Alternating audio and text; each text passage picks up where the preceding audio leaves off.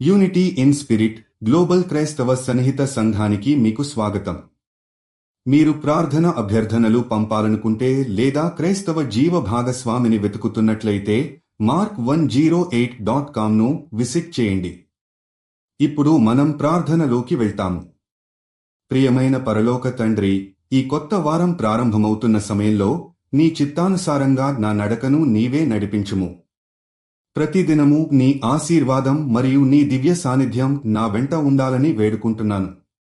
నాకు కార్యాలలో విజయాన్ని, ఆలోచనలలో స్పష్టతను మరియు వ్యవహారాలలో శాంతిని ప్రసాదించుము. ప్రభువా, నా చేతుల్లో ఉన్న పనులలో నీ జ్ఞానంతో నన్ను నడిపించు. అలసట, మందగమనాన్ని నశింపజేసి నూతన ఉత్సాహాన్ని నాలో నింపుము.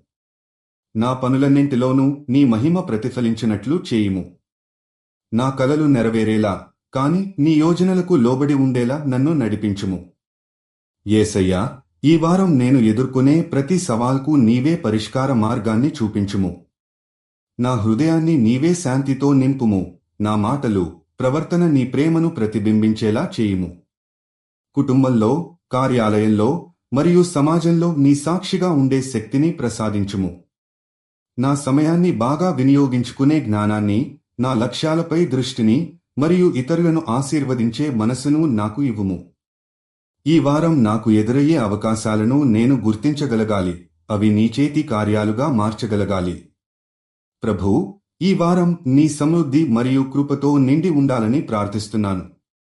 నీ నామానికి గౌరవం కలిగించే జీవితం నడవాలని, ప్రతిరోజూ నీకు సమర్పించబడి ఉండాలని ఆశిస్తున్నాను. నీ ప్రేమ, శాంతి, జయాలు ఈ వారాంతం వరకు నన్ను వెంబడించుము. ఈ ప్రార్థనను యేసు నామంలో ప్రార్థిస్తున్నాము. ఆమేన్. యూనిటీ ఇన్ స్పిరిట్తో కలిసి ప్రార్థించినందుకు ధన్యవాదాలు. మీరు విశ్వాసం కలిగిన జీవిత భాగస్వామిని వెతుకుతున్నట్లయితే mark108.comను విజిట్ చేయండి. మీ ప్రార్థన అభ్యర్థనలు కూడా అక్కడ పంపవచ్చు. దయచేసి లైక్ చేయండి, షేర్ చేయండి మరియు ఛానల్కి సబ్స్క్రైబ్ చేయండి.